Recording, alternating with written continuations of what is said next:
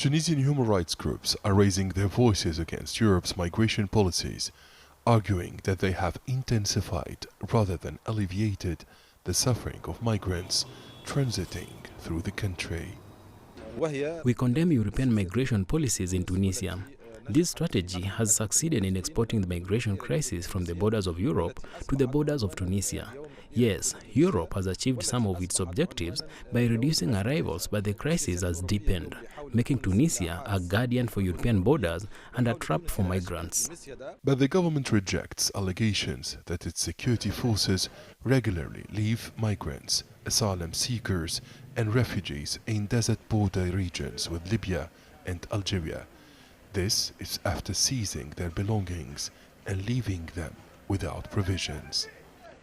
It is true that irregular migrants are experiencing human suffering while seeking refuge in the north, but we refuse to become a transit route or a refuge for migrants.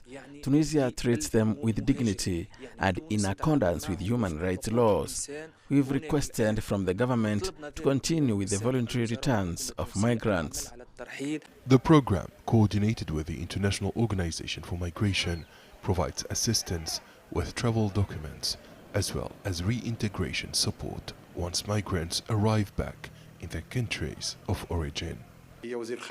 Tunisia's foreign minister said that roughly 10,000 irregular migrants, most of them from the sub-Saharan Africa, have been repatriated so far in 2025.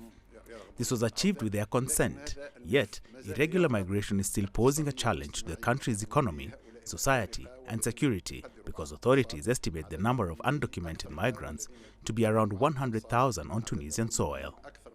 But Tunisian rights groups contend that Europe's focus on containment has turned the North African country into a buffer zone, exposing migrants to rights violations while failing to address the root causes, pushing people to flee. Activists denounce the EU's externalization strategy, which channels funds to North African states to curb irregular migration as a policy framework that prioritizes border control over human dignity. They are calling for a rights-based approach to migration. Abdel Shawishi, CGTN, Tunis.